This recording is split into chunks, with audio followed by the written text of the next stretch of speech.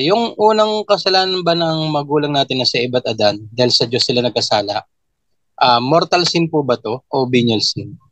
Yung kasalanan nila ni Adan at Eva na nagawa, yun ang tinatawag na original sin.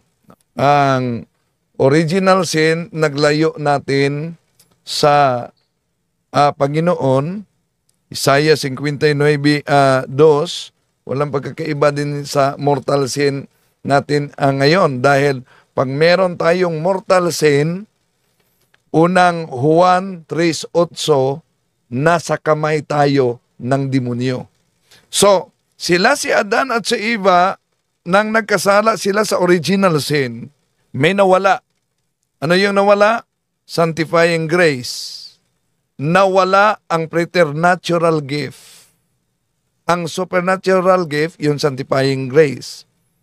Ano yung preternatural gift? Freedom from sickness. Di sana tayo magkakasakit. Freedom from death. Di sana tayo mamatay. Infused knowledge. Di na sana tayo mag-aral. Di na sana tayo aatin ng lektora. Dahil may infused knowledge na tayo. Ngunit mababa lang ito kumpara sa mga anghel. So, yun ang original sin na binili muli ng ating Panginoong Hesus sa pamamagitan ng kaniyang banal na dugo. Ayon sa Gawa Kapitulo 20, versikulo 28, original sin. So, ngayon, nang tayo'y nabinyagan sa Mateo Kapitulo 28:19, Galacia Kapitulo 3, versikulo 27, nagiging bahagi tayo sa katawan ng ating Panginoon Jesucristo. Naibalik sa atin ang sanctifying grace. Pero may hindi na ibalik sa binyag, bunga sa original sin. Ano yung hindi nabalik? Freedom from sickness, freedom from death, infused knowledge. Naibalik sa atin ang sanctifying grace. Ngunit ang sanctifying grace pwedeng mawala sa mortal na kasalanan. Unang Korinto Kapitulo 5, versikulo 16-17. So, ngayon, ano yung ori ng kasalanan nila ni Adan at ni Eva? Yun ang original sin. Daming nawala. Sa mortal sin, ang mortal sin, mawala sa atin ang Diyos, mawala sa atin ang sanctifying grace, ngunit muling maibalik yan sa kumpisal, Juan Kapitulo 20, 21, 22, ngunit ang temporal punishment ay mananatili pa na kailangang bayaran natin. Yun po, kapatid.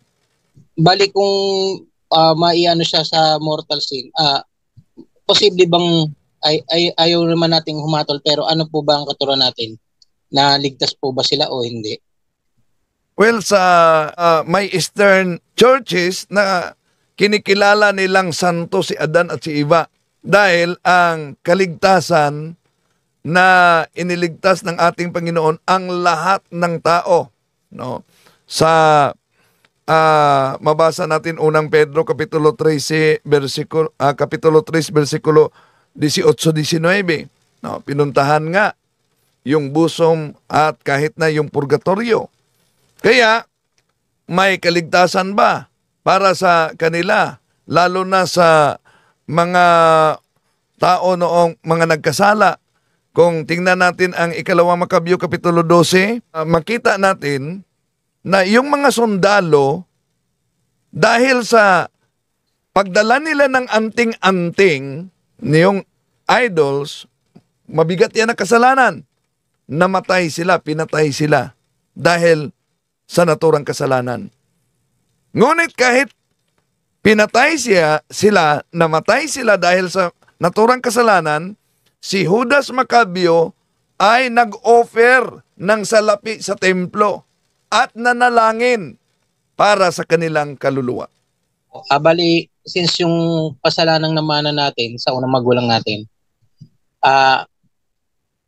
maituturing na lang ba po ba nating isang venial sin? Anong venial sin? Ang ano? Yung namanang sala po natin na kailangan na malinis sa binyag. Every time na binyag yung binabalik sa atin yung sanctifying grace. Hindi, original sin talaga kapatid. No? Original sin talaga ang namana natin. So yung ginawa nila ni Adan at Eva, original sin.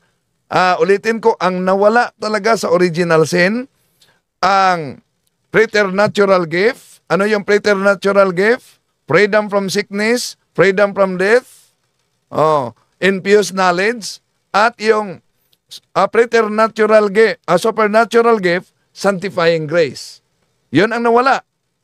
And due to the explosion of the original sin, kahit na binyaga na tayo at tinanggal ang nasunod nating original sin, meron pang nanatiling concupiscence.